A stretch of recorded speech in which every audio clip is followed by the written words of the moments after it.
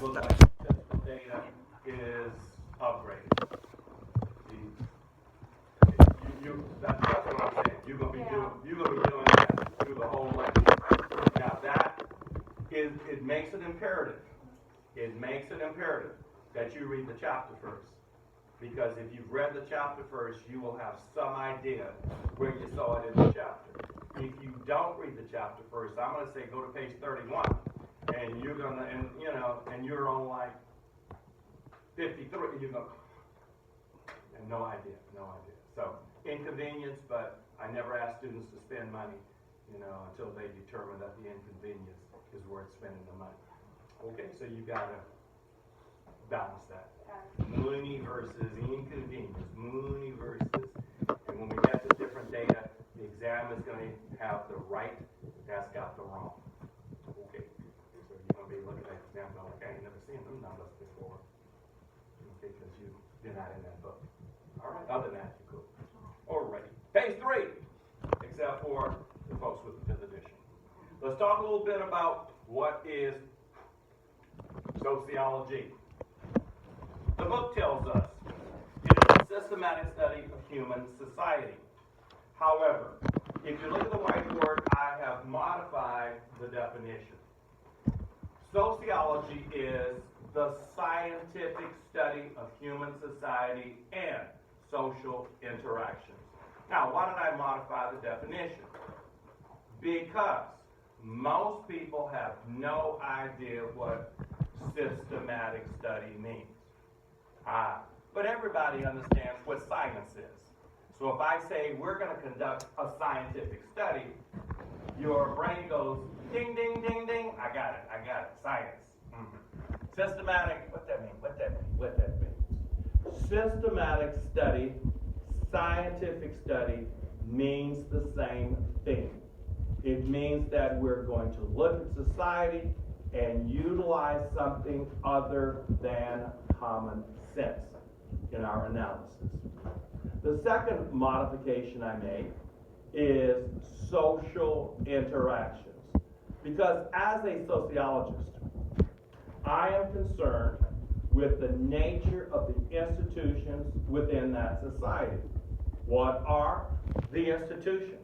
Institutions of marriage and family, institutions of education, institutions of government, institutions of the criminal justice system. All those multitude of institutions in our society are created by members of that society. But one of the things we know about the creation of institutions is that oftentimes the institutions do not welcome everyone. Because the nature of the relationships among the people in society has a lot to do with whether or not the institution will welcome and include everyone or exclude certain groups of people. So within the society, the institutions can enfranchise members of the dominant category and disenfranchise members of the subordinate category. You may find a society that has wonderful institutions, but only a few of those people can attend those institutions, become part of those institutions, or may suffer considerable bias at the hands of those institutions.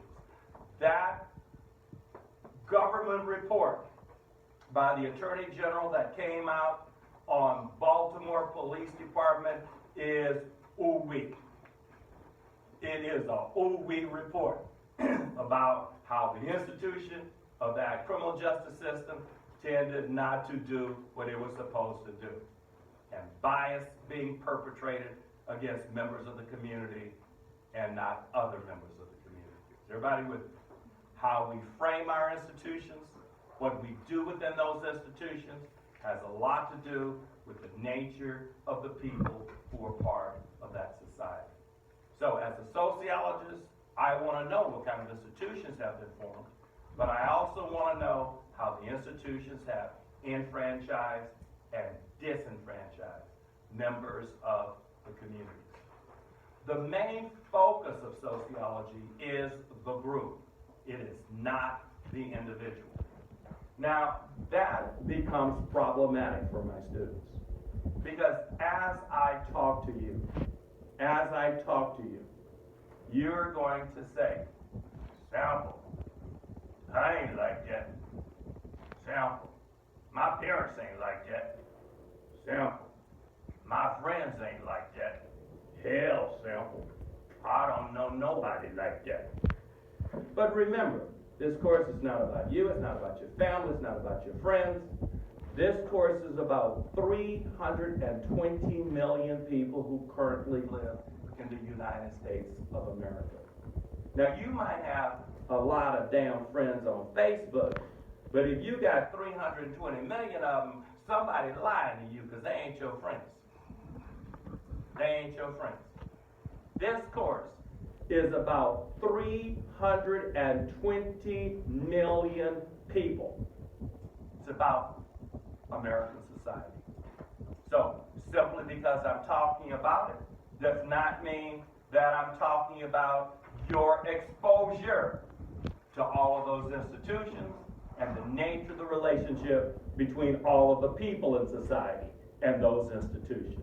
Your framework might be limited, and we'll talk about that in a little bit. Your framework might be limited in terms of what you know vis-a-vis what experiences other people in the society are having.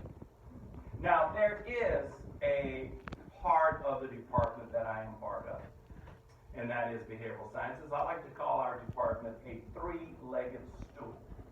You know how farmers used to have to go out there in the barn and milk the cow, and they used to have to sit down on the stool? That was a three-legged stool. So the first leg of the stool is sociology. That's me. Group behavior. But then we have a discipline within behavioral sciences that deals with individual behavior. I got a stupid ass Bookie. Bookie one, you know what I'm talking about, ladies, don't you? Bookie won't act right. He don't never act right. Yeah, he needs help. We need help. What discipline in the behavioral sciences deals with individual behavior or individual relationships? Psychology. Absolutely. Psychology. The second leg of our three-legged stool. Now, psychology deals with working with individuals. Can you imagine a psychologist? Can you imagine a psychiatrist having 320 million people lay on their couch for therapy? You can't give therapy to 320 million people. Psychology is about working with a small group of people or working with an individual in terms of their behavior. Psychology. I like to call psychology sociologists' first cousin. Now, does everybody know what a first cousin is? That's my mama's sister boy. That's my first cousin. Psychology, first cousin to sociology. The third leg of our stool in our department is a sibling, brother, sister to sociology. Anybody know what the third leg of the behavioral science department is here at Los Pitanos College? Anthropology. Thank you. Our three-legged stool here. Anthropology. Now, it used to be that was a line drawn in the sand that separated cultural anthropologists from sociologists. That line in the sand had to do with what each studied. If you were a cultural anthropologist, you studied non-industrial societies. Margaret Mead studying New Guinea. If you were a sociologist, you studied industrial societies. Los Angeles, New York City, communities that were part of an industrial society. But that line in the sand has become blurred because today there is a graduate division, specialization in the field of sociology called rural sociology. As a matter of fact, my absolute best friend in the world, my college roommate for 4 years at Ohio State, his brother his brother, has a graduate degree in sociology with a specialization in rural sociology. And one of the positions that he has held was Chief of Staff to the ambassador, United States ambassador to an African nation. Now, if you know anything about being an ambassador, it is a political appointment. The president says to you, would you like to be the ambassador of? And you go like, thank you, Mr. President. In a few months, we might have to say, thank you, Madam President. Yeah. And then you turn and go like, where the hell is that? Because I would submit to you that many people who get appointed to places around the world have no damn clue where the hell they're going. They just know that they are the ambassador of blah, blah, blah, blah, blah, blah. And that ambassador had no clue. Hey, he ain't never been to Africa in his life. He had no clue about the nature of the relationships among people, the institutions that they were trying to build, all of those things that were important in terms of how the U.S. could help that particular nation. He didn't have a clue. And that's where the rural anthropologists, now sociologists, came in. That he familiarized the ambassador with the culture of that community, that nation. He familiarized the ambassador with all the protocols, all of the, you get the idea. He would say, Mr. Ambassador, when the president comes in, these are some things you should remember. Don't do these things because that would be a derogatory gesture. Do these kinds of things because you want to put your best foot forward as a representative of the United States of America. That today, we have rural sociologists doing what cultural anthropologists used to do. And vice versa today, we have cultural anthropologists in urban communities around the world. We have cultural anthropologists studying subcultures in New York City, subcultures in Los Angeles, California. So that role between what the traditional cultural anthropologist and that role between what the traditional sociologist has done has become blurred. That cultural anthropologists are in urban communities, sociologists today are in rural communities around the world. Our three-legged stool in the behavioral sciences department. Cultural anthropologist, a brother, a sister to the field of sociology. Sociologists also attempt to understand the social forces that operate throughout society. What are social forces? They're the things produced by society that impact your life on a daily basis. And one of the things you will find is the older you get, your repertoire of being impacted positively or negatively by social forces becomes greater. Your references. When you get to be my age, you got a whole damn list of stuff that's been happened to you during the course of your life. Young folks, however, your repertoire of social experiences for the good and the bad is limited to the age that you are. But I can tell you that you've got some social forces at work right now. Things that are occurring that are impacting your life positively or perhaps even negatively. Since the beginning of school, I've had a variety of students come up to me and say, Sample, I ain't got no money to get the bus right now, Sample. I need to wait till I get my financial aid money. How many of you waiting to get your damn financial aid money? So you don't show me. Rhetorical question, but I know you here. Good for you. But that financial aid money might be of great assistance in terms of mitigating some of the economic problems that you might have. I would submit to you that students your age, finances is an issue. That's why you still living with your damn mama. Yeah, you'd like to get a damn apartment, but you know what? You can't afford one today. So you're going like, mama, one day I'm going to make enough money. They say that, just go to your room. Don't even be talking about it. But I had to tell my son. I finally had that. He came home one day, and he said, what's this, Dad? I said, your damn suitcase. He said, is that a hint? I said, no, you see, the one in the car is the hint. No, I'm sorry. I get carried away at times. But I think you understand what I'm talking about. Because they were like, never. You got children in here, you got kids. They're like a boomerang. You know, you throw that sucker and you go like, good as bam! You know, and they back. You know, they back. You know, and then when they leave, they tell me, can I come home? I miss mama cooking. Mm-hmm. You know what I'm talking about? Yep. Absolutely. My son, you know, he's a grown-ass man. He's talking about, damn, Dad. It would be so much easier. Them social forces would not be creating a great problem in my life if I could just live with you and mama. And I go like, get the hell off this phone. You know, I think parents understand that.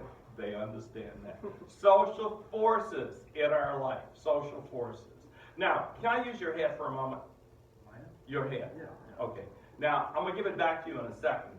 So I'm going to need it over here to look at. The head or the hat? No, your whole head. My whole head. Okay. No, I'm going to disconnect it. Okay. I've had a good run. I'm going to come over here. All right, we're going to role play. I love to role play. So we're going to role play. We're going to role play two fighters in the ring. You know, boxers. Okay. Oh. Are we doing this? Or? No. Let me move back. Because you done got too damn serious. You know, role play. Okay. You know, because you start going, I'm going to kick your butt. You know, whoa, my butt don't need kicking. You know, it's you got that old man strength, Coach. No. The strength, when you get old, the strength is up here between the temple. That's how I deal with you young people. All right. So what we're going to do is we're going to role play. I'm going to be Ali. The late, great Ali. I don't care who you are because you're fixing to lose. Okay. So we got that established. Yep. So we're going to role play this. Okay. We're in the ring. So why do we do this? That's old school. That's like 1800s. Well, I'm going to lose anyway. You're going to lose anyway. You're right. So what difference does it matter? You're about 3 seconds, you're going down. So we're going to pretend. As you know, fighters like to jab their opponent. So you put your hands back up again. So I see I'm jabbing. Oh, he's got the motion down. I love it. Well, the purpose of that jab is to do two things. One is to try to hurt you. Because every time I jab, you go like, damn, that hurt. Damn, that hurt. Yeah, right. And then if I could connect that jab consistently, I start to wear you down. And as soon as I start to wear you down with that jab, guess what happens to your hands, your defense? They tend to fall down. Perfect. And that gives me an opening. Next thing you know, the right is coming to the chin and you are laid. That's a metaphor for life. Because that's what life does to us every damn day. You go out and life goes like, take this, chump. And you go like, damn, that hurt. Take this. Have you ever, and the older you get, the more you tend to recognize that. You go home at night and you go like, life done beat the hell out of me today. Sometimes you don't even want to get up in the morning because you know you're going to go out and you know what life is going to continue to do. It's like the damn bell rung and you went home. But you know that bell fixing to ring again. Ding! And guess what you got to go out and deal with? Life again. The older you get, the more we tend to recognize those jabs by life. And life always tends to be looking for the knockout punch. Life always tends to try to wear you down to the extent that it can put you on your back. Sometimes you open up your eyes and you look up and someone is standing over you going, 8, 9, 10. Life done knocked you out. But sociology empowers you.